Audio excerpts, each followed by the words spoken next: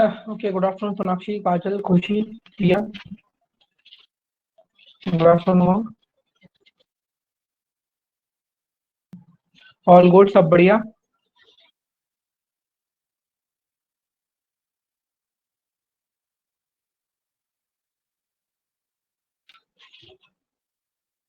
Good, very good. मैं today class PPT नहीं मिली है, मैंने बोला था मैम को। ठीक है, एक बार बोल देता हूँ।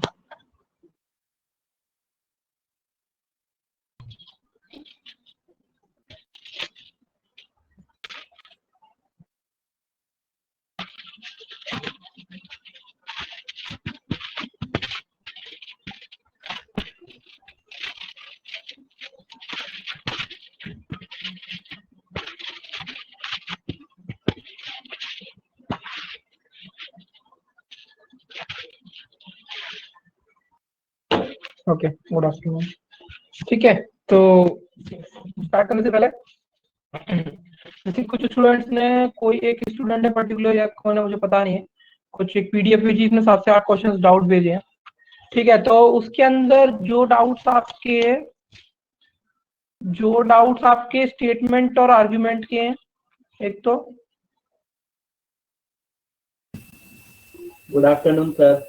गुड आफ्टरनून अमरजीत, कैसे हो भाई? फाइन सर, आप कैसे हो? बस बढ़िया। ठीक है, जो आपके स्टेटमेंट आर्ग्यूमेंट के डाउट है, और इसके बाद जो स्टेटमेंट असम्पशन मैं करा दूंगा आज या नेक्स्ट क्लास तक हो जाएगा, इन दोनों के डाउट्स कंबाइन करने के बाद हम ना एक डाउट क्लास ले लेंगे सैटरडे वाले दिन ही।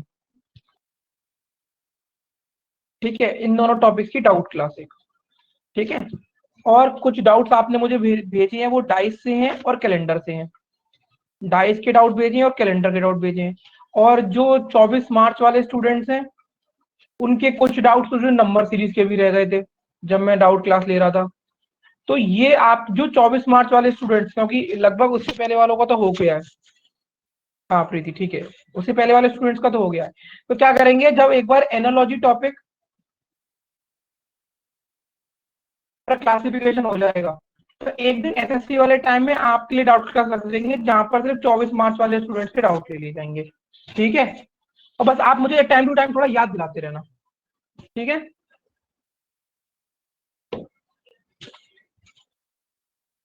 ठीक है बच्चों।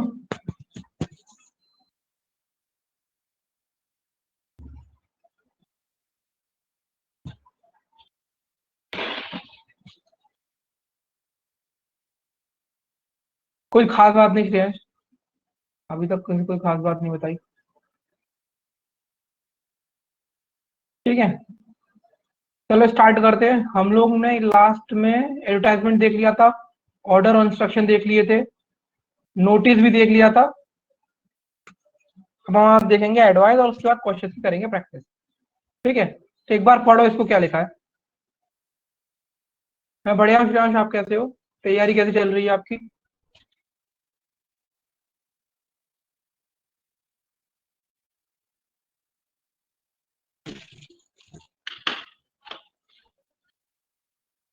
चलो पढ़ो इस चीज को।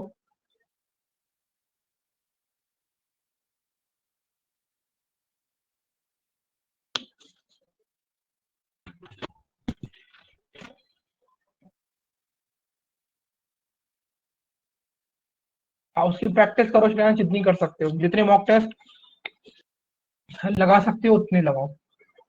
ठीक है, इस वीक का भी मॉक टेस्ट देना।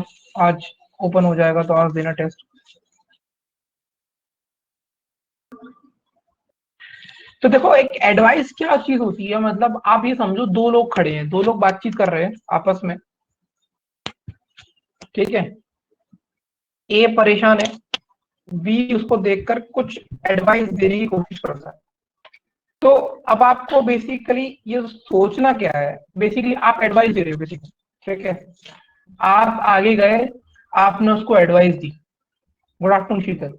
तो यहाँ पर जो अजम्पशन है वो कैसा अजम्पशन होगा, आपके दिमाग में क्या आया? हाँ बिल्कुल, आपके दिमाग में क्या आया कि आपको ए को कोई सुझाव देना चाहिए। आपने ऑब्जर्व किया होगा कि भाई ए परेशान है, गुड आफ्टरनून निमांशी, ए परेशान चल रहा है। आपने देखा कि लगता है ऐसे कुछ सुझाव की जरूरत है, ये सब चीजें जब तक आपके दिमाग में आएंगी नहीं तो आप अपने आप बड़बड़ बड़ तो करने नहीं लगोगे। आप जब सामने कुछ चीजें ऑब्जर्व करोगे, कुछ चीजें देखोगे अपने आसपास, तब जाके उसे एडवाइस करोगे। अब जब आप एडवाइस देने गए हो तो ऑब्वियस सी बात है, आप जब किसी के सामने मुंह खोल रहे हो, कुछ एडवाइस दे रहे हो, तो आपके हिसाब से आपको क्या लगेगा कि उसको एडवाइस की जरूरत है, आपकी एडवाइस उसके लिए काम करेगी। ठीक है। बी, और आपको ये लगेगा कि बी आपकी बात को मानेगा, आपकी एडवाइस को लेगा। मतलब जो सारी चीजें, ऑब्वियस सी बात है, एक बंदा सोचेगा अपनी एडवाइस देने से पहले, बोलेगा तुम ऐसा ऐसा कर लो, सब ठीक हो जाएगा, तो आपके दिमाग में क्या चलेगा कि हाँ भाई मेरी एडवाइस सबसे अच्छी रहेगी इसके लिए काम भी कर जाएगी और ये फॉलो भी कर लेगा। ठीक है। तो ये सारी चीजें हैं, जैसे according to a his advice is the best advice, क्योंकि ऑब्वियस सी बात है ना, हर किसी को अपनी बात सबसे अच्छी लगती है। तो ये सारी बातें बी के दिमाग में चल रही होंगी जब वो ए को एडवाइस देने जा रहा होगा। Good afternoon Bhupesh. समझ में आई ये सारी बात, क्योंकि एडवाइस कौन देने जा रहा है उसके बिहाफ पे चीजों को सोचना है। समझ में आई ये बात?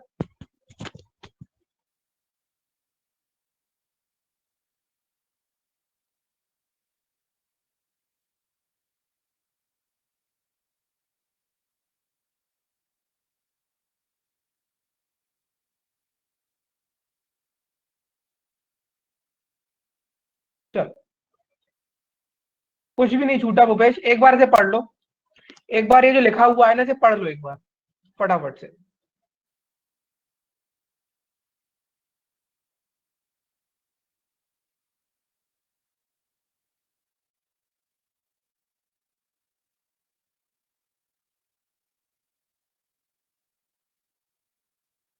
इसमें से एक क्वेश्चन आ सकता है, एक या दो, कभी कभी शायद एक भी नहीं आता, बट हाँ एक आधा क्वेश्चन आ सकता है। ठीक है।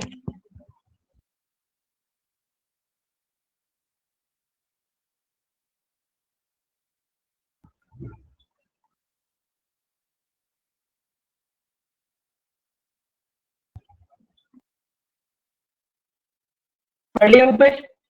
Yes sir. चल, एग्जाम्पल्स की बात करेंगे, इसको देखो समझो और फिर बताओ।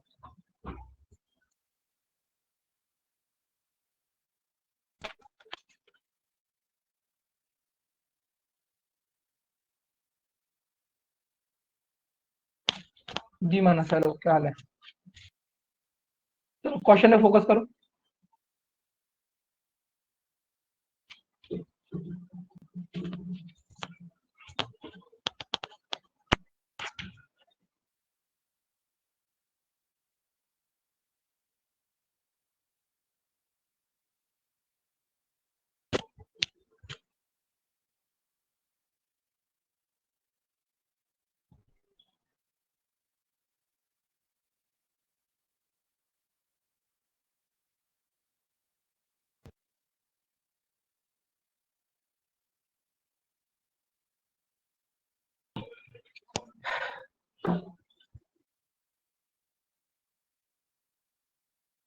सेकंड क्यों नहीं होगा इसके अंदर?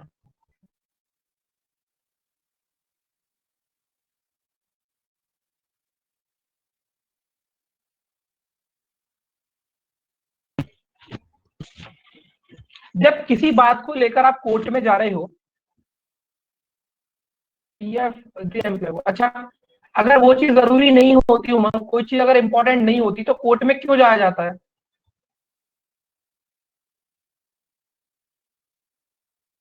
अगर दोनों चीज जरूरी नहीं होती, कोई चीज आप कोर्ट में कब जाते हो? जब आपके संग चीट किया जाता है। अब कोई चीज जब जरूरी नहीं है तो उसका मतलब वो चीट थोड़ी ना हुआ। पीएफ दिया जाता है एम्प्लॉयज को भैया। सर पर एम्प्लॉयर और एम्प्लॉइज तो हम किसी को भी बोल सकते हैं ना। अब किसी कोई अपनी शॉप पे किसी ने एक एम्प्लॉय को रख रखे है तो उसको वो पीएफ देते हैं। जी नहीं, तो उसकी बात भी नहीं हो रही आपकी शॉप उसके लिए जिसकी जी नहीं, उसकी बात ही नहीं हो रही। जिसकी सैलरी होती है उनको पीएफ मिलता है, चाहे गवर्नमेंट जॉब हो चाहे प्राइवेट जॉब हो। ठीक है, यहाँ उनकी बात हो रही है, उनकी बात नहीं हो रही है।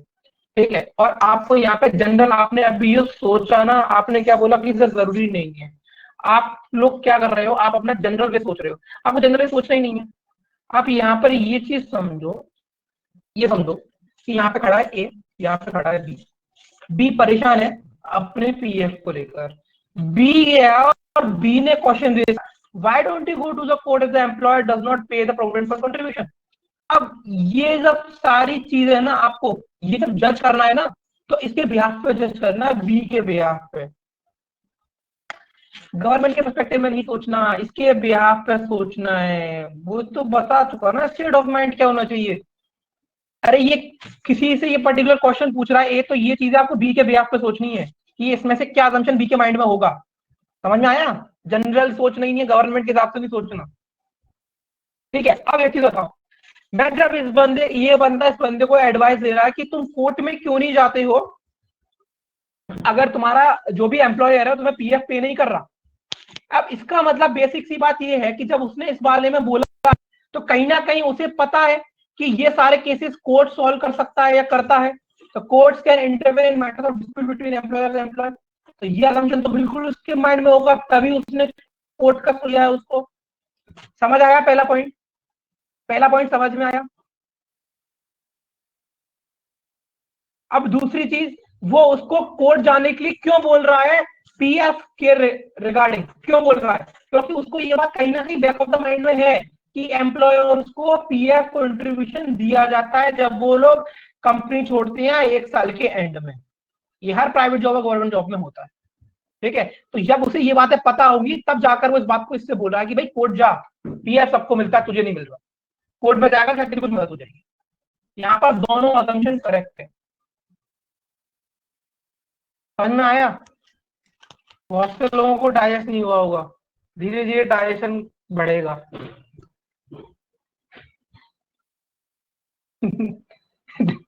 यहाँ पर ओके सर, गोली खा लो, कौन सी आती है वो डाइजेशन वाली? भूपेश, कौन सी आती है गोली? सर वो पिंक रंग की आती है, हाँ, डाइजन। क्या अमरजीत सप्लाई करता है क्या? आज मोला भी है सर। ठीक है, समझ आए दोनों पॉइंट? आपको जनरल पर्सपेक्टिव से नहीं सोचना, आपको जनरल सरकार की तरफ से नहीं सोचना, आपको ये देखना है भाई बात कही जा रही है।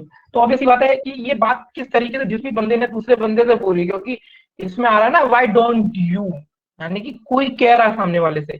तो भाई जो सामने वाले से कह रहा है तो उसके कहने से पहले उसने चीजें पता होंगी उसे, कुछ चीजें जिसके ब्याह पे उसने बातें बोली, तो वो क्या क्या हो सकती हैं, उसके हिसाब से आपको चीजों को जज करना।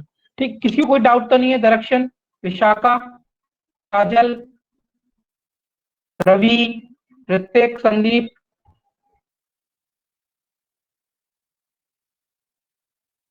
सर अमरजीत ने हिस्ट्री में हाई स्कोर करा, क्या बात है, मतलब इसे बोलते हैं सुपर स्टार। सर अमरजीत ने तो ताबड़ तोड़ कर दिया।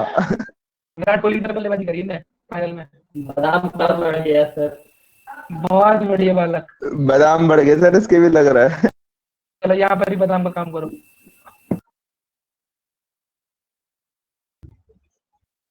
सबसे पहले तो इस चीज को सोचने की कोशिश करो कि ये जो स्टेटमेंट है ये किस तरीके से किधर से आ सकता है। एक हो सकता है कोई एडवर्टाइजमेंट हो सकता है कि भाई कोई डॉक्टर एडवाइस दे रहा हो या कोई किसी को इंडिविजुअल एडवाइस दे रहा हो। तो पहले समझने की कोशिश करो। जैसे यहाँ पे एक स्टेटमेंट है, the advisable age for a children to join a school is 5 years। तो एक बात बताओ, एडवाइजेबल है ना, तो एडवाइस इस पर्टिकुलर चीज पे एडवाइस कौन करेगा? भाई हो सकता है कोई चाइल्ड जो चाइल्ड साइकोलॉजी पे काम करता हो उसने ये बात बताई हो, है ना। मतलब कोई चाइल्ड साइकोलॉजी के ऊपर इंटरव्यू दे रहा हो और बता रहा हो कि भाई देखो, the advisable age for children to join school is 5 years। तो मतलब ये बता कौन रहा है? एक चाइल्ड साइकोलॉजी वाला बंदा बता रहा होगा कि भाई एडवाइजेबल है, मतलब उसकी किसी के स्टेटमेंट को एडवाइजेबल कब कहा जाएगा? जब उसकी बात की वैल्यू होगी। अगर वो चिल्ड्रंस के ऊपर कोई जनरल बात बोला, इसका मतलब वो कहीं ना कहीं चिल्ड्रन की मानसिकता से के पे काम करता होगा या उसकी मानसिकता पे उसने वर्क किया होगा, यानी कि चाइल्ड साइकोलॉजी पे उसने काम किया होगा। अब यहाँ पर पहला असम्पशन कह रहा है, at this age a child is familiar to adaptability. भाई अब आपको क्या करना है? भाई उस बंदे ने एडवाइस दी है, मतलब वो चाइल्ड साइकोलॉजी पढ़ के आया है, उसने क्या इसने ये सब बातें क्यों बोली है कि वो स्कूल जाने को तैयार है? तो पहला असम्पशन कहीं ना कहीं बिल्कुल सही है कि at the age the child is familiar to adaptability. क्योंकि जब छोटा बच्चा स्कूल जाता है तो सबसे पहले वो नई नई चीजों को देखता है। ठीक है, तो एक यहाँ पर स्कूल जाना और अडेप्टेबिलिटी मतलब सराउंडिंग्स चेंज होते हैं, घर में रहता है पहले तो मम्मी पापा के सामने, फिर एक टीचर आएंगी बढ़िया सी, बच्चे होंगे दूसरे छोटे छोटे उसके साथ, तो वो एक अडेप्टिविटी तो वहां पर टर्म बिल्कुल बनता ही बनता है। तो पहला अजम्पशन आपका बिल्कुल सही है। ठीक, दूसरा बताओ। सर दूसरा गलत है। दूसरा गलत है, ठीक है। तब से बच्चे स्कूल जाएगा तो फिर तो मतलब ही नहीं ना यार लास्ट पता सेंटेंस है का। एलकेजी में कौन थी आपकी, मैडम थी या सर थे, क्लास टीचर? मैम थी। मैडम थी, अच्छा। मुझे भी आज याद है, हमारे कोई मैडम पढ़ाती थी, उनके घुंघराले से बाल थे, बहुत मारती थी। सर मारती तो नहीं थी मुझे बिल्कुल भी। मुझे तो बहुत मार पड़ी। किसी को यहाँ पर याद नहीं होगा बचपन में पहली बार स्कूल जाते हुए के समय, किसी को याद है? हैं? मुझे भी मार पड़ी है सर। हाँ, मैं शरारती नहीं था। मैं मैं, मैं करता क्या था कि अगर मैं ज्यादा रो जाता था ना, तो मैं वॉमिटिंग कर देता था, बस थोड़ी मैं रायता फैला देता था, सब टीचर भाग जाते थे। हाँ। कोई बात नहीं। अब वो मैडम अगले जन्म में मुझे मिलेगी ना, तो मेरी स्टूडेंट बन के मिलेगी, तब मैं उसे मारूंगा। ठीक है। अच्छा। मेरी भी बड़ी सिस्टर, चलो ठीक है। दूसरी बात करते हैं। हाँ, बचपन के दिनों चले गए, ठीक है, बस शैतानी अब भी कर लेते हैं, उसमें क्या है, बड़े थोड़ी ना हुए हम अभी। असम्पशन टू क्या कह रहा है, after this age kids do not like to go to school. तो पहली बात, यहाँ पर बच्चों को पसंद नापसंद से मतलब नहीं है। यहाँ पर बात है, आपको सोचना सबसे पहले तो आपको ये चीज क्लियर करनी पड़ेगी कि आपको किस आदमी, किस व्यक्ति या किस सरकारी मतलब अफसर या किसी ऑर्गेनाइजेशन, किसके थ्रू ये बात कही जा रही है ना। तो बच्चा स्कूल जाएगा नहीं जाएगा, तो वो साइकोलॉजी वाला बंदा नहीं सोचेगा, वो सिर्फ एक जनरल बात कर रहा है कि बच्चों को कब स्कूल भेजना चाहिए। तो ये असम्पशन गलत है। ठीक। थर्ड क्या है, school do not take admission of children who are more than 5 years old। ये भी बिल्कुल गलत है, क्योंकि ये अगर कोई बात आ रही है तो शायद हो सकता है ये, लेकिन चाइल्ड साइकोलॉजी की जो बात कर रहा है, जो पढ़ के है, उसकी तरफ से नहीं आ रही है। तो यहाँ पर केवल और केवल असम्पशन वन सही है। सबसे पहले ना, अगर आप इस चीज को आइडेंटिफाई करने में सक्सेसफुल हो गए कि ये बात कहाँ से आ रही है, किधर से होती हुई आ सकती है, तो जब आप वो पहचान जाओगे कि भाई कौन से रास्ते से वो आदमी आया है, तो मालूम पड़ जाएगा कि वो कहाँ से आया है। समझ में आया? मतलब एक तरीके से इन्वेस्टिगेशन जब करते हैं तो पीछा करते हैं, तो उसी तरीके से आपको भी थोड़ा पीछा करना है। तो पीछा करोगे तो आपको ये समझ में आ जाएगा कि ये बात कहाँ से निकल के आ रही होगी, फिर आपके लिए काफी आसान पड़ेगा चीजों को समझना। ठीक है, हिमांशी समझ में आया? हिमांशी तो बचपन में भी शैतान थी, अब भी बहुत शैतान है। ठीक है, चलो कोई बात नहीं। संदीप अब मत हंस, वो गोली मार देगी वरना तुझे। क्वेश्चन नंबर सेकंड देखो। अरे बहुत शैतान हो आप, मुझे पता है। सर माइक नहीं खुला अभी। क्या हुआ? हाँ, माइक नहीं खुला अभी उसमें। चलो।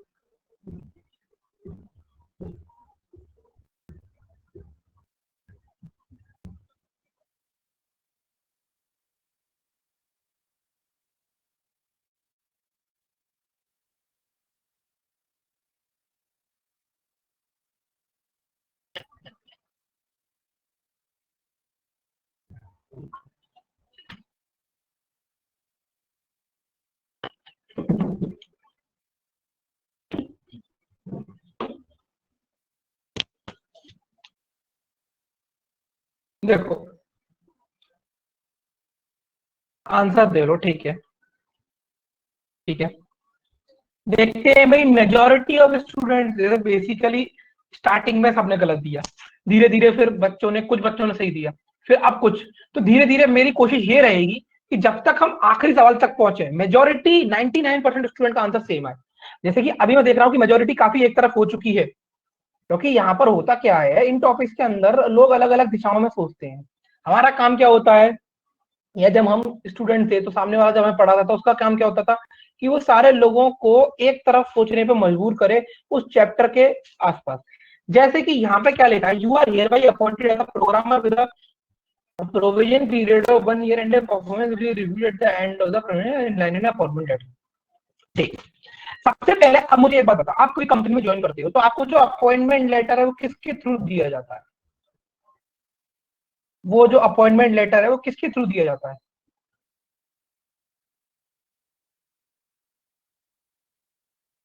एचआर के थ्रू, यानी कि एचआर ने अपॉइंटमेंट लेटर प्रिपेयर किया एग्जाम के थ्रू,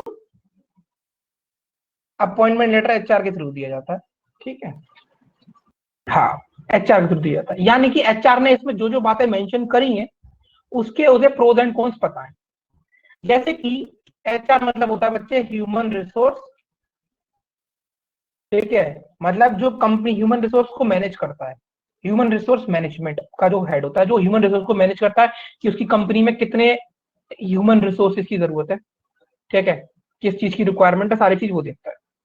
अब पहली बात मेरी सुनो, जब भी कोई कंपनी, जैसे प्राइवेट कंपनी की फर्म की बात करते हैं, तो चलो एक बात कर लेते हैं हम लोग, जैसे कि बात करते हैं, जैसे कि रेलवेज का एग्जाम होता है, ठीक है, बच्चे क्वालिफाई करते हैं, पहली स्टेज, दूसरी स्टेज, तीसरी स्टेज, चौथी स्टेज, फिर डीबी देते हैं, फिर मेडिकल देते हैं, मेडिकल में भी पता नहीं क्या क्या कांड करते हैं बच्चों के साथ, है ना।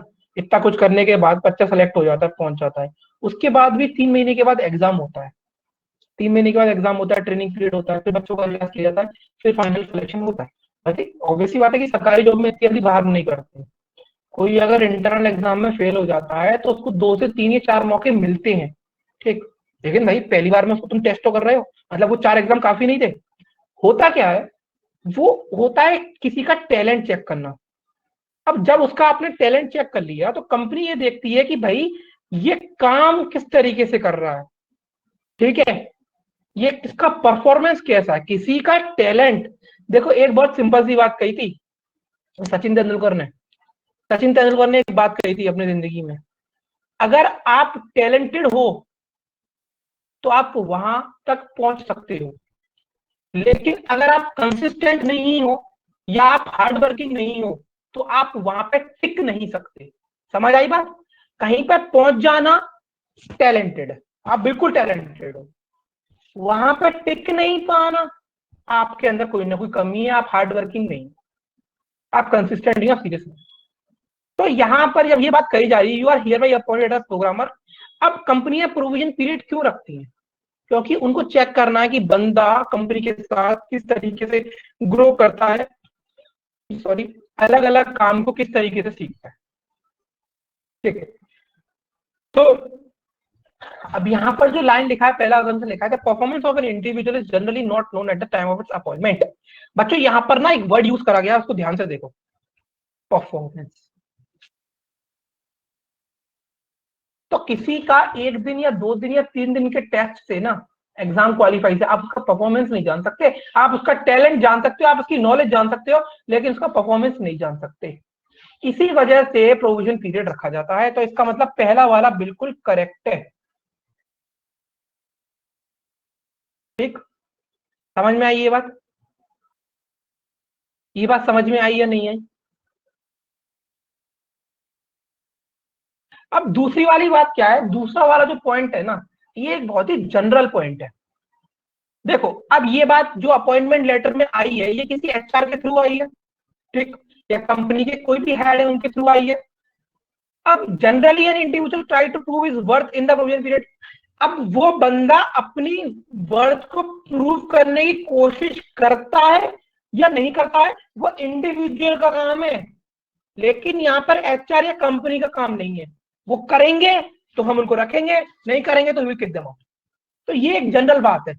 ये इसका असम्पशन नंबर 2 का यहां से आता हुआ कुछ नहीं दिखाई दे रहा मुझे इनके पॉइंट से। भाई तुम करोगे तो रुकोगे, नहीं करोगे तो तुम आगे बढ़ोगे, कोई दूसरा आएगा।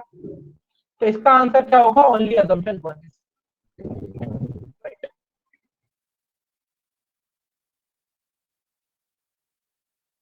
देखो और बताओ किसको डाउट है?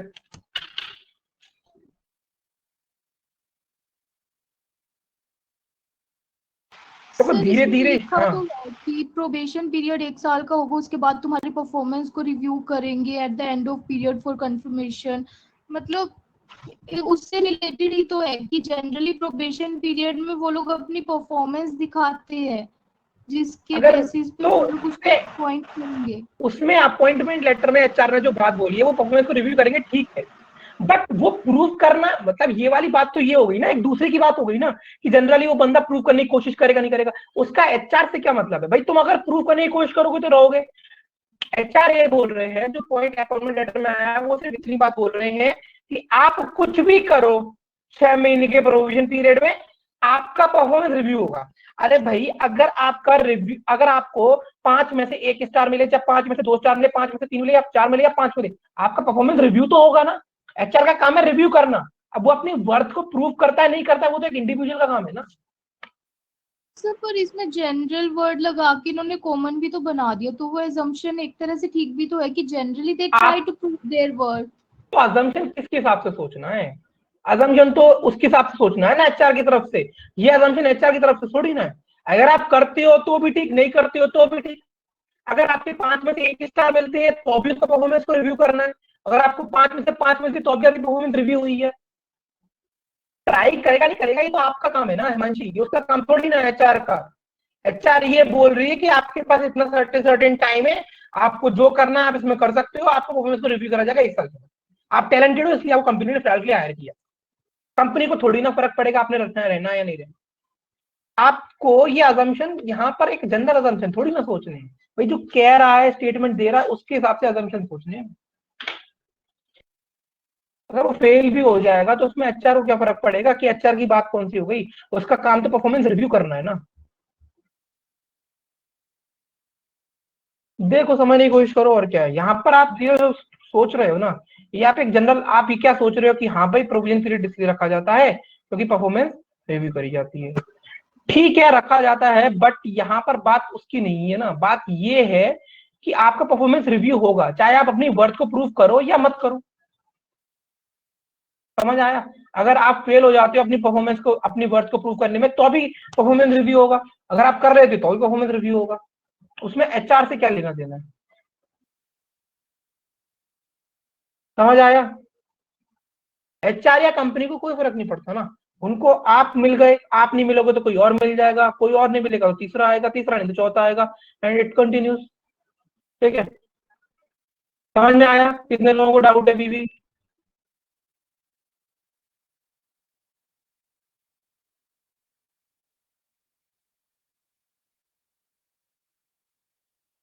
क्लियर है हिमांशी?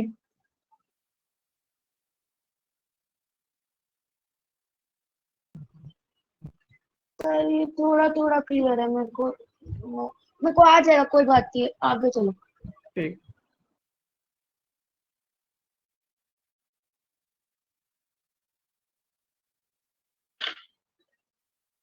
सबसे पहले बच्चों, सबसे पहला काम यही करो कि ये चीज जो स्टेटमेंट आ रहा है ये कहां से आ सकता है। अगर वो चीज समझ में आ गई ना तो काफी हद तक चैप्टर क्लियर हो जाएगा। देखो मैंने यहाँ पर ऑप्शन भी नहीं पुट करे ना, ऑप्शन से काफी सारी चीजें हो जाती है।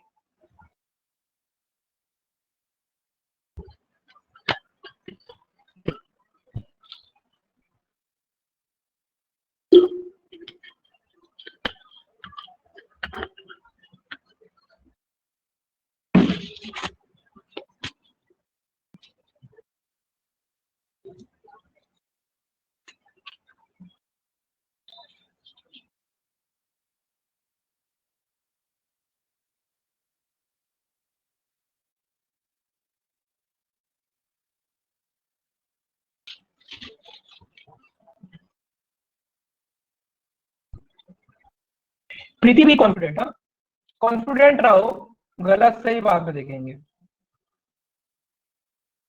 मानस में तो सारे बताऊंगा, ये वाला बता दो, मैंने पहले भी बताई, आगे वाली भी बताऊंगा, है ना। आप अपना बताओ पहले। अब अपनी, मैंने आपको इतनी सारी चीजें बताई, कुछ ना कुछ तो दिमाग में चल रहा होगा ना कुछ तो आपका पॉइंट ऑफ व्यू जनरेट होने लगा होगा। वो बताओ मुझे, गलत सही की तो परिभाषा बाद में देखते रहेंगे। कौन सा वाला मानस, कौन सा वाला फॉल्स है?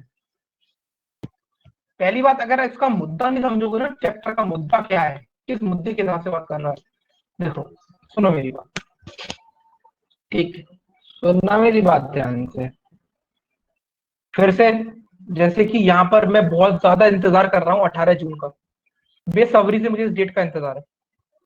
ज्यादातर विद्यार्थी मेरे समझ चुके होंगे कि इसका इंतजार क्यों है। 18 जून 2021 का है भाई, कितने लोग इंतजार कर रहे हैं इस डेट का? वाह बताओ, मतलब हद है। अरे नहीं यार, एसबीआई क्लर्क बहुत डेली पेपर, इस दिन डब्ल्यूटीसी है, यस। अरे बर्थडे नहीं है यार, बर्थडे बर्थडे हो गया मेरा। इस दिन है आपका वर्ल्ड टेस्ट चैंपियनशिप फाइनल। ठीक है, मुझे बड़ा इंतजार है इसका। WTC होता है उमंग, क्रिकेट के इतिहास में पहली बार टेस्ट मैचेस का वर्ल्ड कप ऑर्गेनाइज हुआ है, जिसका फिनाले है इंग्लैंड में। ठीक है, 18 जून को। अब क्या हुआ, हाँ टेस्ट चैंपियन। अब क्या हुआ, जिस स्टेडियम या जिस ग्राउंड में मैच हो रहा है, मैं उस ग्राउंड का मालिक हूं। ठीक है, मैं उस ग्राउंड का मालिक हूं। ठीक, अब बहुत ज्यादा डिमांड है भाई, ऑल ओवर वर्ल्ड से लोग आए हैं। इंडिया कभी नहीं हारेगा, इंडिया हारा भी है ना कभी वैल्यू जीता हुआ ही है, मुझे फर्क नहीं पड़ता। मैं बिल्कुल मतलब डाई हार्ट फैन हूँ इंडियन क्रिकेट टीम का। और ठीक है, लग गई पनौती। ठीक है छोड़ो, सुनो मेरी बात। अब क्या हुआ, मैं उस स्टेडियम का मालिक हूँ, इंडिया से लोग आ रहे हैं, इंग्लैंड में मैच हो रहा है, न्यूजीलैंड से लोग आ रहे हैं, बहुत भीड़ है, बहुत भीड़ है, बहुत डिमांड है टिकट्स की। तो मैंने एक स्टेटमेंट जारी कर दिया अखबार में, as there is a great demand, every person seeking ticket of the program will be given only 5 tickets। मैंने बोला कि भाई अगर आपको, देखो अब ये चीज एक इसका थोड़ा कारण ऐसा क्या होता है कि एक तो टिकट्स ब्लैक नहीं हो, इसलिए एक ही इंडिविजुअल के हाथ में ज्यादा नंबर ऑफ टिकट्स नहीं जाने चाहिए। मतलब ज्यादा से ज्यादा एक आदमी, ऐसा समझ लो एक आधार कार्ड पर 5 से ज्यादा टिकट नहीं मिलेंगी, इस तरीके से समझ लो। समझ आया कि एक आधार कार्ड पर 5 से ज्यादा टिकट नहीं मिलेंगी, ऐसा स्टेटमेंट क्रिकेट ग्राउंड के मालिक विश्वास जैन ने अखबार में छपा दिया। अब क्या, अब लोग क्या असम्पशन इससे लगा सकते हैं कि उस आदमी ने या मेरे दिमाग में क्या चल रहा था। The organisation are not keen on selling the tickets. क्या ऑर्गेनाइजर पागल है भाई? है वर्ल्ड कप का फाइनल है, ऐसा नहीं करेगा, टिकट्स नहीं बेचना चाहता भाई। वो साफ साफ बोल रहा है कि डिमांड इतनी ज्यादा है कि हमें ज्यादा से ज्यादा लोगों को टिकट देनी है, इसलिए एक आधार कार्ड पे एक ही टिकट देंगे। मतलब इसका मतलब यही तो हुआ, every person seeking ticket of the program will be given only 5 ticket. मतलब अगर कोई एक इंडिविजुअल आता है और बोलता है भाई 50 टिकट निकाल, नहीं 5 से ज्यादा नहीं मिलेंगी। ठीक, तो इसका मतलब पहला वाला बिल्कुल बकवास है, कोई मतलब का नहीं है, ऐसा कोई नहीं सोचता।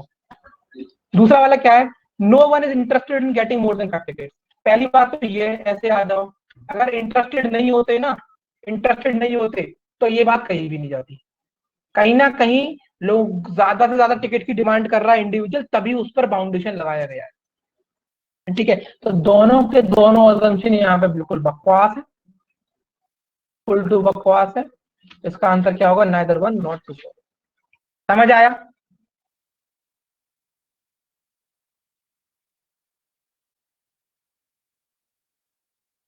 उम्मीद करता हूँ धीरे धीरे आपकी समझ सर बढ़ रही होगी। जैसे हाँ जैसे जिसको जरूरत होगी तो वो दूसरा बंदा नहीं भेज देगा कि भाई मेरे को 10 टिकट चाहिए तो ये तू चला जा और 5 और ले आइयो। तो अब ठीक है ना, अब एक बात बता, एक घर में अगर 10 लोग रहते हैं, सबके पास आधार कार्ड, तो लिया 50 टिकट, क्या करेगा उनका? सरकार अब क्या करेगी इससे ज्यादा? लेकिन हाँ भाई, एक आदमी को 5 ही टिकट देगी एक आधार कार्ड पर। ठीक है,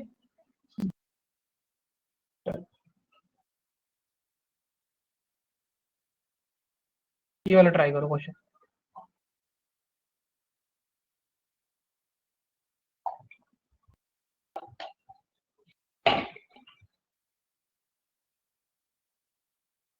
सबसे पहले तो यहाँ पर क्वेश्चन को हल करने से पहले स्टेटमेंट कथन का मतलब समझना। यहाँ पर जो प्रोट्रैक्टेड पीरियड रखा है, पहले इसका मतलब ढूंढ के मुझे बताओ क्या होगा सब लोग।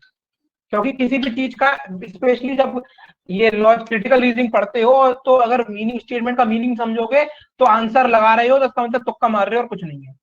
जब तक स्टेटमेंट का मीनिंग नहीं समझोगे तब तक कोई चीज आपको समझ में नहीं आएगी उसमें। तो पहले तो स्टेटमेंट का मीनिंग को समझो, तो बताओ मुझे। सबसे पहले मुझे प्रोट्रैक्टेड पीरियड का पूरा ये जो उसमें दे रखा है ना, protracted periods. Yes, very good Himanshi. Protracted का मतलब क्या होता है, कोई चीज जो समस्या है मेरी जिंदगी में, जो चीज मेरी जिंदगी में एक समस्या है, वो समस्या खत्म होने का नाम नहीं ले रही है और वो लंबे समय तक समस्या चलती आ रही है, उसे बोलते हैं प्रोट्रैक्टेड पीरियड। मतलब मैं इस दुविधा में फंसा हूं, इस समस्या में फंसा हूं और काफी लंबे समय से हूं, इससे बाहर नहीं निकल पा रहा। समझ आया? बहुत बढ़िया बच्चे। तब भी बहुत बढ़िया। ठीक है, अब स्टेटमेंट को पढ़ो और पहले मुझे उसका मतलब समझाना, तब मैं अजम्पशन की बात करूंगा। फालतू में अजम्पशन लगाओगे ना, एक दो दो एक दूसरे तुक्के मारोगे। पहले मैं ये देखूं कि आप इसका मतलब क्या समझ रहे हो। कोई भी जना या दो तीन लोग मुझे मिलकर इसका मतलब समझो।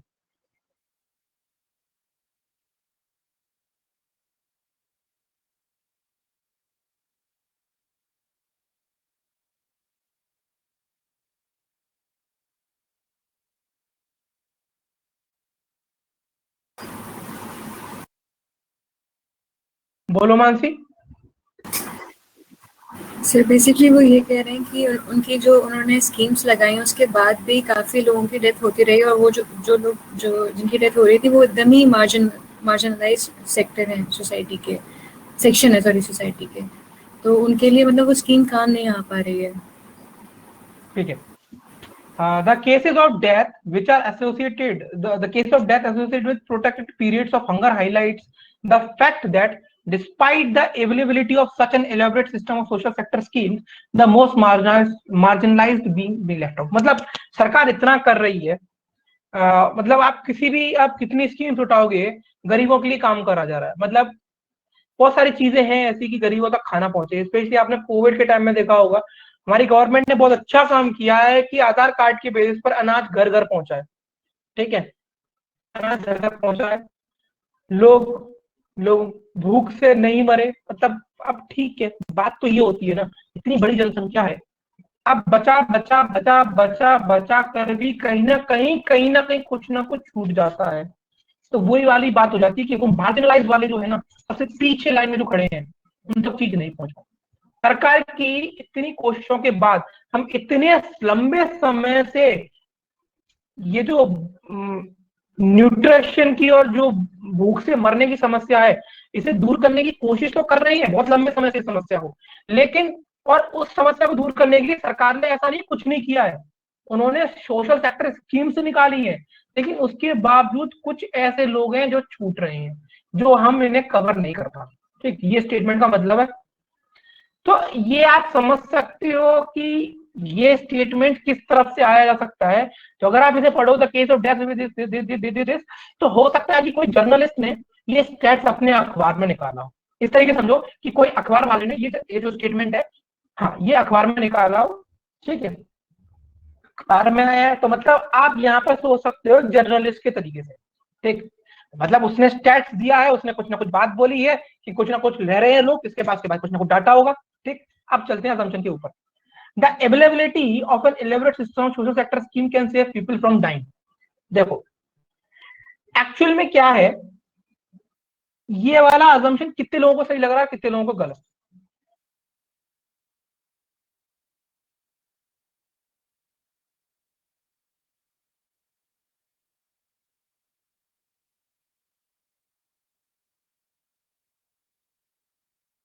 First one, I am talking about first one. Okay, तो जो लोग फॉल्स बोल रहे हैं, कोई भी एक जना आके मुझे रीजन बताएगा, और ट्रू बोलने वाले मुझे रीजन बताएंगे।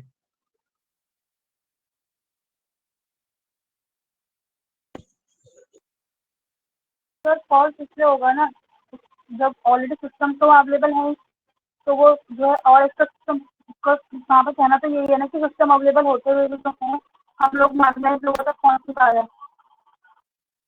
लेकिन वहां पर तो बात करी गई है मार्जिनाइज लोगों की, और यहाँ पर बात करी है पीपल की। देखो यहाँ पर वो लोग क्या बोल रहे हैं कि मतलब जो जर्नलिस्ट ने अखबार में दिया है, वो ये बात बोल रहा है कि इतनी सारी सोशल सेक्टर स्कीम होने के बावजूद हम मार्जिनलाइज वालों को नहीं बचा पा रहे। मार्जिनलाइज मतलब एक कम मात्रा में और बहुत पिछड़े हुए लोग होते हैं, लेकिन स्कीम्स होने से हम कुछ लोगों को तो बचा पाए है ना, सिर्फ मार्जिनलाइज तक तो नहीं पहुंच पाए। अगर किसी भी लोगों को इन सोशल सेक्टर स्कीम का फायदा नहीं होता तो लोग काफी बड़ी जनसंख्या में मरते, लेकिन यहाँ पर सिर्फ और सिर्फ मार्जिनलाइज मर रहे हैं। कुछ ही लोग जो बहुत ज्यादा पिछड़े हुए हैं वो मर रहे हैं। उन्होंने बात क्या करी गई है, इन सोशल सेक्टर स्कीम का अगर फायदा नहीं होता ना, अगर फायदा नहीं होता तो वो इसकी बात ये नहीं बोलता कि इतना होने डिस्पाइट द अवेलेबिलिटी। मतलब ये था तो कुछ लोग बचे, लेकिन कुछ नहीं बच पाए जो बहुत पिछड़े हुए हैं। तो इसका मतलब ये है कि ऐसी स्कीम्स होने की वजह से लोगों की जान बच सकती है, बिल्कुल बच सकती है, बची है। मैं क्या बोल रहा हूँ, 130 करोड़ लोगों की जनसंख्या है, जिसमें से 50 करोड़ लोग आपके गरीब है। तो भाई अगर स्कीम आई तो 45 करोड़ को बचा लिया, 5 करोड़ मर गए, तो 45 करोड़ लोग तो बच गए स्कीम की वजह से। 5 करोड़ ये वाले कौन से हो गए, मार्जिनलाइज वाले। तो ये वाली बात इसलिए करेक्ट है, उसने साफ साफ बोला है कि स्कीम है, डिस्पाइट दैट स्कीम। तब उसके बाद होने के बाद कुछ पिछड़े हुए लोग मर रहे हैं, मतलब कुछ लोग बचे भी तो हैं असम्पशन में। समझ आया?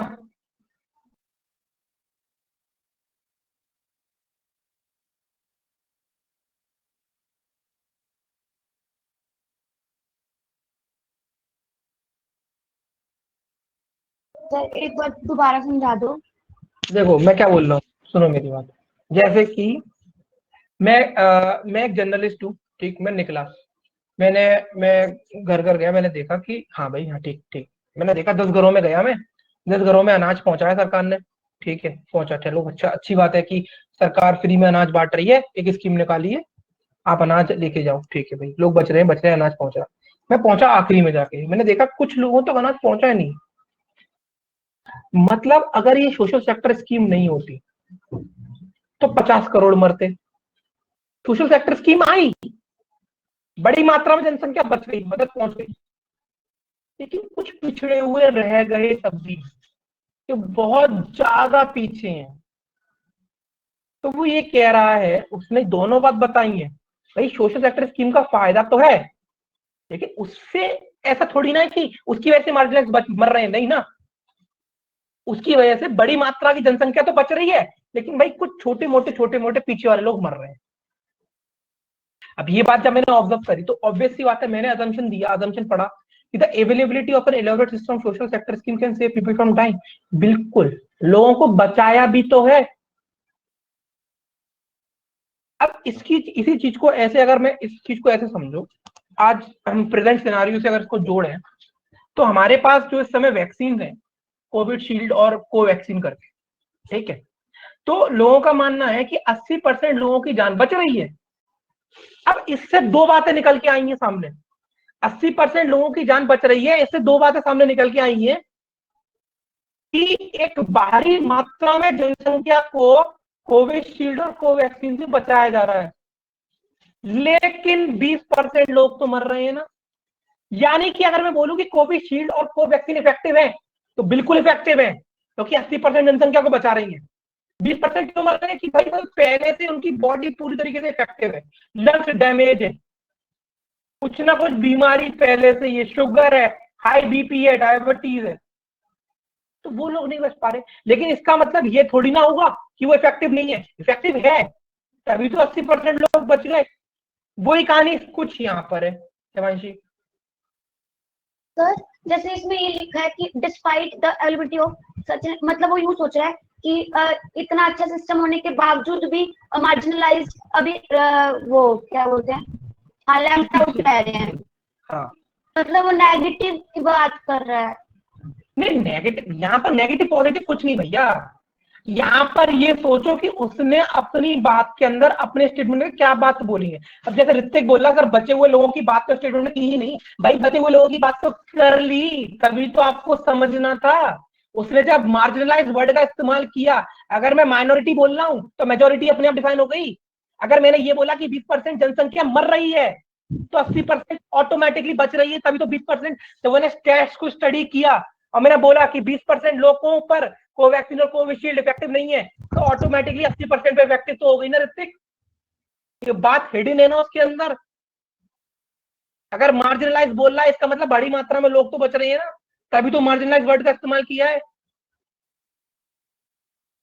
सब बातें खोल के रख देगा तो आप क्या करोगे फिर, बताओ।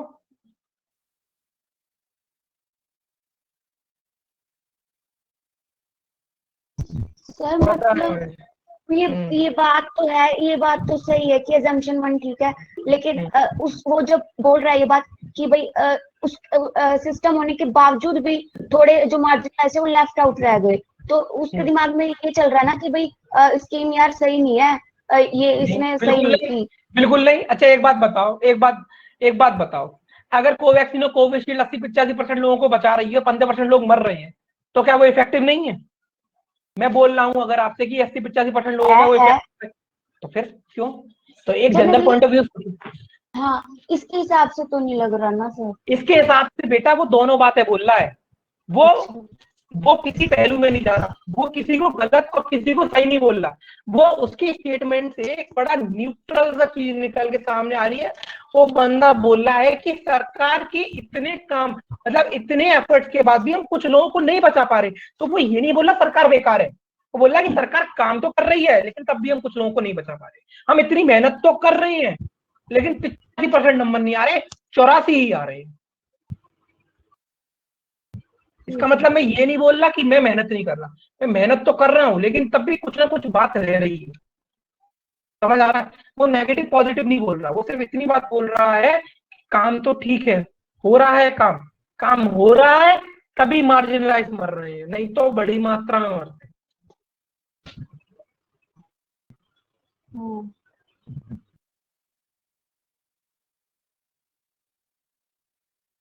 सेकंड वाला तो बिल्कुल ट्रू है, वो तो सीधे सीधे उसका अजम्पशन क्या उसकी कहीं ना कहीं उसकी बात में झलक भी रहा है।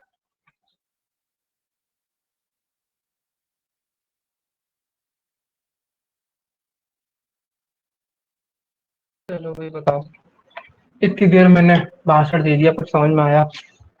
प्रत्येक समझ में आया क्या? आपकी बात में समझ गया, मैंने उसको पढ़ा, ठीक है। आप उसका दूसरा पहलू समझने में थोड़ा सा नहीं समझ पाए, ठीक है।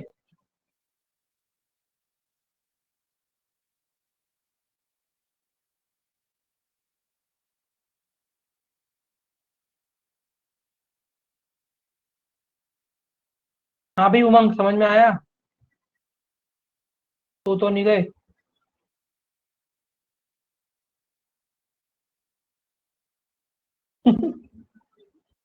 हाँ भाई अमरजीत, कहाँ गए? क्लियर है सर। मुझे लगा सप्लाई करने चले गए डाइजेशन वाली गोली की। तो वैसे नो लोग सर, किसको सप्लाई करूंगा? भूपेश को जरूरत। हाँ भाई उमंग बताओ। तो मैं बोल रही थी कि वैसे ये क्वेश्चंस ना बहुत ऐसे वियर्ड से ही है कि मतलब जैसे ये वाले फिर भी ऐसे समझ आते हैं, स्टेटमेंट एटलीस्ट समझ आ रही है, चाहे हम गलत ही देख पा रहे हैं लेकिन एटलीस्ट कुछ तो सोच पा रहे हैं ना इनके बारे में, स्टेटमेंट्स के बारे में। लेकिन कुछ कुछ मैंने जैसे देखी थी स्टेटमेंट्स, वो बहुत ही कॉम्प्लिकेटेड, जैसे कुछ स्टेटिस्टिकल डेटा सा दे दिया उसमें, कोई रिपोर्ट दे दी और कोई गवर्नमेंट के बारे में या किसी और चीज वो के बारे में, ये तो कई चीजों में कुछ एज्यूम भी नहीं कर पाते कि बंदे ने क्या किया होगा, कुछ गेस भी नहीं चलता उसमें। वो वाले क्वेश्चन तो आपको बैंक पीओ के मेंस में देखने को मिलेंगे, स्पेशली एसबीआई पीओ में, ठीक है, जो आप जिसकी बात कर रहे हो, ठीक है। आप वो तो शेयर कर देना मेरे साथ, उसके ऊपर डिस्कशन कर लेंगे। तभी एक बात मैं बोलता हूँ, क्रिटिकल रीजनिंग एक ऐसा पोर्शन है जहाँ पे कोई बंदा 100% एक्यूरेट हो नहीं सकता। यू कैन टच 90%, बट 100% बहुत मुश्किल होता है। समझ आ रहा है? क्योंकि यहाँ पर छोटी छोटी शब्दों से ना मीनिंग निकल आते हैं। आपकी हाँ, जितनी आपकी मतलब, वैसे वो ऑब्वियसली बात है, आप जब एसबीआई मेंस दोगे तो मेंस की इंग्लिश तो बहुत अच्छी लेवल की आती है, तो एक्सपेक्ट करते हैं कि आपकी इंग्लिश बहुत अच्छी हो, वो इसी तरीके की। और ऑब्वियसली बात है, आप देखोगे तो इकोनॉमिक्स बेस्ड भी क्रिटिकल रीजनिंग आती है। तो अगर आपका इकोनॉमिक्स या बैंकिंग, करंट बैंकिंग वगैरह थोड़ा कमजोर है ना, तो वहां पर आप थोड़ा असफल हो जाते हो, आप सक्सेसफुल नहीं हो पाते आंसर करने में। तो वो ये जो टॉपिक है ना, ये सब चीजों का मिक्सचर है। बट अजम्पशन से आपको एक क्वेश्चन मिलेगा, ज्यादा नहीं, ठीक है। बाकी टॉपिक्स मैं तभी आपको बोल रहा था, सबसे ज्यादा कॉम्प्लिकेटेड क्रिटिकल रीजनिंग में अगर कोई टॉपिक है तो वो अजम्पशन है। बाकी तो चल जाता है, बाकी तो आप 80 to 90% कर लोगे। इसको कहीं ना कहीं ये धोखा भी दे जाता है कभी कभी, बट स्टिल ठीक है, कोशिश करो अच्छे से पूरा समझने की, ठीक है।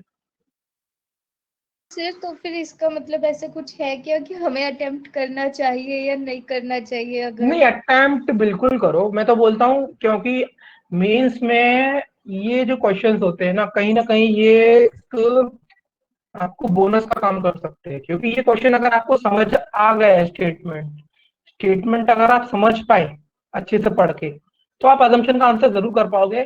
और वो आपके लिए बोनस होगा, क्योंकि इसमें आंसर करने में इतना टाइम नहीं लगता जितना सेटिंग अरेंजमेंट पजल बनाने में लगता है। अगर ये 6 से 7 मार्क का आता है सब मिला के, असम्पशन हो गया, कंक्लूजन हो गया, आर्ग्यूमेंट हो गया, कॉज एंड इफेक्ट हो गया, तो आपके लिए बोनस का काम करता है ये। अभी जिसने मतलब बनाई मुझे लग रहा है स्टेटमेंट और कंक्लूजन भी थोड़ा बहुत ठीक हो जाते हैं, पर एक दो दिन में जब आपने जैसे बोला कि वो banking awareness related, economics related, या कोई डाटा दे के कोई चीज पूछ लेते हैं कि ये चीजें हो रही है जिसमें हमें वर्ड्स पता भी नहीं होते कि ये वर्ड्स, ये टर्म्स कहाँ से रही है, तो वहां पे तो कुछ नहीं समझ आता कि क्या हो रहा है। वहां पे तो एक्सप्लेनेशन भी नहीं समझ आई मुझे उनकी दी हुई। एक दो क्वेश्चन ऐसे किए थे तो मेरे गलत, तो मतलब अटेम्प्ट तो मैं कर ही नहीं पाई, बाद में जब समझने की भी ट्राई की तो नहीं समझ आया कुछ। मुझे भेज दे रहा, मैं समझा दूंगा, ठीक है। यस सर, ठीक है। ये सबसे बड़ी प्रॉब्लम टॉपिक ये कि आप अलग अलग बुक्स को रेफर करोगे ना, इतने महान महान राइटर है, एक ही क्वेश्चन के 4 तरह के आंसर मिल जाएंगे अलग अलग बुकों में। ये टॉपिक ऐसा है, रियलिटी है इसकी। मैं लॉजिकल रीजनिंग का इतने टॉपिक है ना, चाहे सिलोजिज्म भी हो गया, वो भी लॉजिकल का पार्ट है, वो भी उसके संग भी ऐसे घपला होता है। महान राइटर है सब, ठीक ठीक। चलो आंसर करो इसका। विदाउट रिफॉर्मिंग द, एक एक करके बताओ। अरे बहुत बहुत ज्यादा आप मैं अलग अलग राइटर्स के नाम लूंगा तो वो कुछ ही अपने लॉजिक से आंसर देते हैं वो लोग। Without reforming the entire administrative system, we cannot eradicate corruption and prejudice others in the society. कौन सा सही कौन सा गलत है तो बताओ।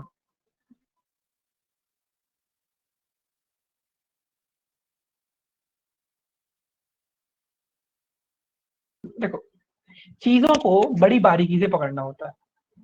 अब आप यहाँ पर अगर सोचोगे कि ये बात कौन कर रहा है, तो भाई कोई नेता ही कर रहा होगा, नेता कर रहा होगा, नहीं कर रहा होगा, ठीक है। अब उसने क्या बोला, without reforming the entire. Reforming का मतलब क्या होता है, बदलाव लाना किसी चीज में चेंज लाना, ठीक। अब यहाँ पर आपको ये समझना, जो व्यक्ति जो स्टेटमेंट दे रहा है किसी भी पर्टिकुलर डिपार्टमेंट के हिसाब से बोल रहा है या किसी भी पर्टिकुलर सब्जेक्ट पे बोल रहा है, आपको उसका जानकार समझना है। जैसे कि हमने बात करी थी अभी क्वेश्चन नंबर 2 की, जहाँ पे चाइल्ड साइकोलॉजी की बात करी थी कि जो बंदा स्टेटमेंट दे रहा है वो चाइल्ड साइकोलॉजी जानता है। अब ये जो कोई नेता है ये बात कर रहा है, जिससे नॉलेज होगी, ठीक। ये क्या बोल रहा है, जब तक हम चेंज पूरा एंटायर एडमिनिस्ट्रेशन सिस्टम में बदलाव नहीं करते तब तक हम करप्शन को, और एक बार प्रेजुडिस का मुझे मीनिंग बताना, फ्रॉम सोसाइटी हम नहीं निकाल सकते, ठीक है। एक बार इसका मीनिंग बताना जरा, मुझे को दिमाग में क्लिक नहीं कर रहा अभी।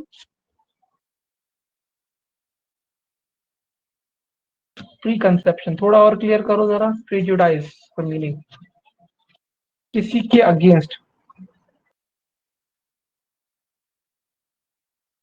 जस्ट रुको मैं इसका हिंदी मीनिंग देखता हूँ।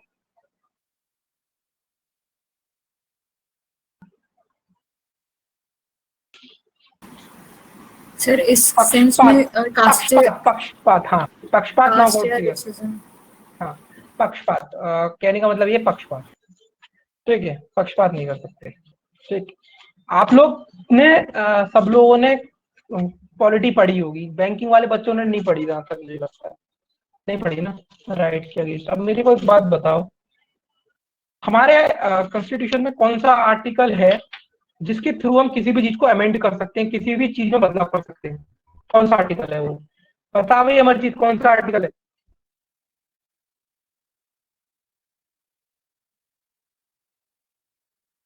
हम्म, 36A नहीं Sanjeet, amending the constitution, amendment in the constitution 368 है वो, 368 if I am not wrong Sandeep, article 368 है, हाँ 368 है। अब वो बोल रहे हैं कि जब तक चीजों में बदलाव नहीं करेंगे तब तक एक तो ये करप्शन और ये पक्षपात, मतलब पक्षपात मतलब राजा का बेटा राजा बनेगा, याद है डायलॉग सबको, सुपर 30 का। अब राजा का बेटा राजा नहीं बनेगा, अब राजा वही बनेगा जो राजा के काबिल होगा, ठीक है।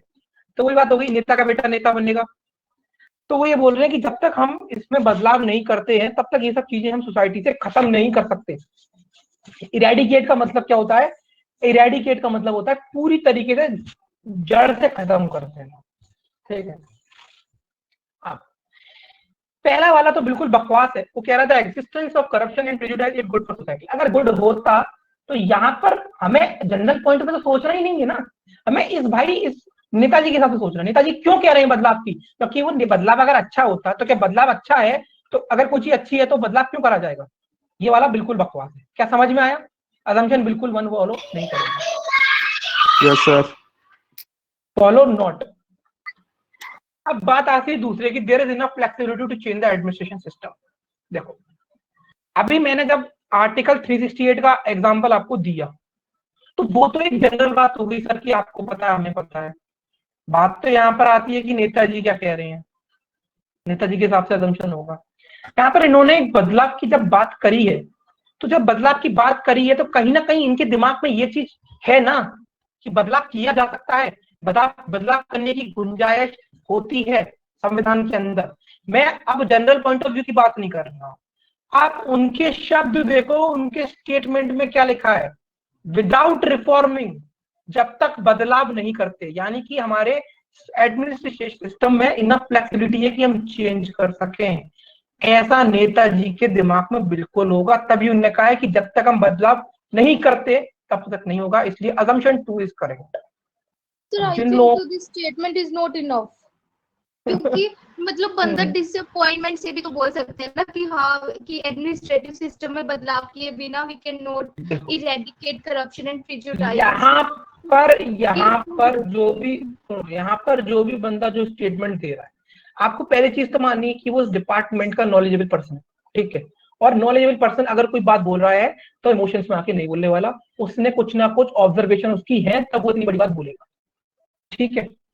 तो अब आप बोल रहे हो कि इनकम्प्लीट है, उन्होंने वहां पर सिर्फ एक वर्ड का यूज किया, मैंने उसके हिसाब से आपको बता दिया, बिल्कुल सही है। उन्होंने इस्तेमाल किया reforming the entire administration system. जब तक बदलाव नहीं करेंगे तो उनके, अब आप जनरल के हिसाब से जाओगे तो जनरल पॉइंट ऑफ व्यू के हिसाब से भी सही है, मैं आपको उसके हिसाब से नहीं बता रहा, मैं उनके स्टेटमेंट के हिसाब से बता रहा हूँ कि ये असम्पशन बिल्कुल करेक्ट है।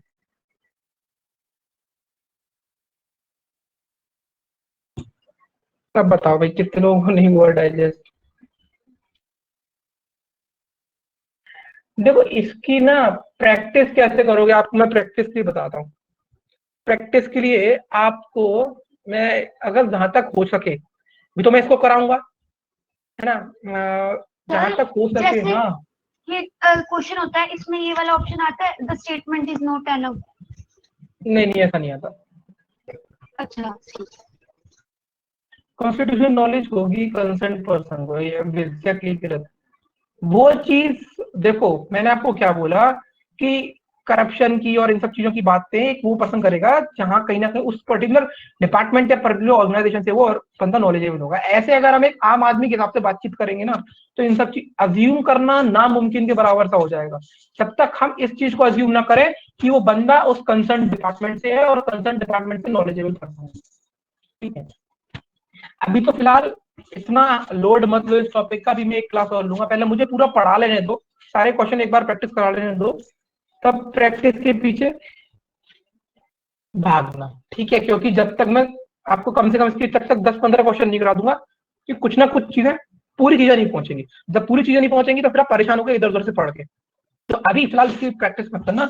आर्ग्यूमेंट वगैरह की आप कर सकते हो, प्रीवियस ईयर के क्वेश्चन देख के लगाना, ठीक है। और बेटा प्लीज हर जगह से इसके रीजन मत पढ़ना। अगर वो बोल रहे हैं ए ना, तो वो आपको इस तरीके से रीजन देंगे कि आप ए में भी सेटिस्फाई हो जाओगे, वो कहीं दूसरी बुक में बी देंगे, वो बी में भी सेटिस्फाई कर देंगे, और आप हो जाओगे बीच में खड़े पागल से, भाई क्या करना है। तो हर जगह से मत पढ़ना प्लीज, इन टॉपिक्स को बिल्कुल मत पढ़ना। पहले दिन से बोला था कि ये 6-7 टॉपिक जितने भी क्रिटिकल रीजनिंग के टॉपिक हैं, इन्हें हर जगह से मत पढ़ना, प्रीवियस ईयर वेबसाइट पे जाके निकाल लो कहीं से। बोलो प्रिया।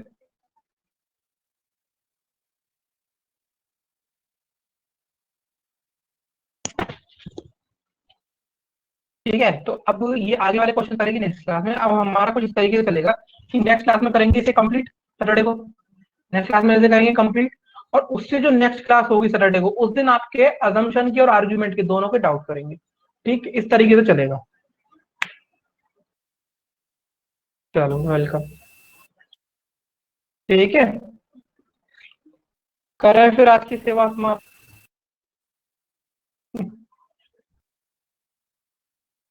धन्यवाद सर। सर आपने पजल की पीपीटी नहीं भेजी, मैं बोल देता हूँ, मैडम भूल जाती है, अभी बोल रहा हूँ फिर से। सर हाँ और ना पजल जो आपकी वर्कशीट है ना, उसका सेकंड क्वेश्चन भी नहीं भेजा आपने। क्या मैंने कौन नहीं भेजा? मैंने सब भेज दिया, मैडम भूल गई होंगी। ठीक है। भेजता हूँ सर ये टॉपिक एसएससी में भी ऐसे आते हैं क्या? ये एसएससी में ना, मतलब ये है कि वो बोलते हैं ना, लकी ड्रॉ में निकल आएगा तो लिखा है, तो नहीं आएगा। हाँ। ठीक है, चलो बच्चों, अभी मैं भेजता हूँ। इनइक्वालिटी की क्लास पीपीटी फिर से मैडम को शेयर करता हूँ, पजल की वर्कशीट भी फिर से शेयर करता हूँ। ठीक है सर हाँ, संदीप एक बोलो। डाउट हाँ रिलेटेड टू इनइक्वालिटी हाँ, कि बोलो। किसी भी क्वेश्चन में अगर अपोजिट साइंस आ गए तो वो डायरेक्टली हम ये बोल सकते हैं ना कि it's can not be determined. हाँ, इनवैलिड है। तो किसी भी केस में सर वो इधर और नहीं बनेगा ना? इधर और बिल्कुल बनेगा। मैंने बताया था इधर और का केस, अगर उन दोनों पर्टिकुलर वेरिएबल्स के बीच में अगर अपोजिट सिंबल आ रही हैं तो उसमें सिर्फ एक ही केस में इधर और बन सकता है कि अगर आपके पास कंक्लूजन्स के अंदर ऐसे उन दोनों वेरिएबल से रिलेटेड दो ऐसे ऑप्शंस हो जो तीनों तरह के बेसिक सिंबल कैरी कर रहे हो, तब जाके उसमें इधर और बनेगा। क्योंकि सर एक था क्वेश्चन, उसमें थोड़ा डाउट लग रहा था मुझे। भेजो भेजो, अभी भेजो, जस्ट भेजो मुझे, मैम को भेजो टेलीग्राम पे, मैं अभी बता दूंगा आज के। ओके सर, ओके, मैं भेजता हूँ सर, अभी 2 मिनट में भेजता हाँ चलो ठीक है बच्चों, बाय बाय, टेक केयर, मिलते हैं फिर। सर जो आप हमारी क्लास है उसमें मशीन आउटपुट कराओगे पहले? जी वही तो बचा टॉपिक है, कौन सा बचा टॉपिक आपका? मेरा ना पजल में वो एक छोटा सा डाउट है, वो मेरे को पूछना, आप पहले वो बता देना। ठीक है? ठीक है, चलो बाय बाय।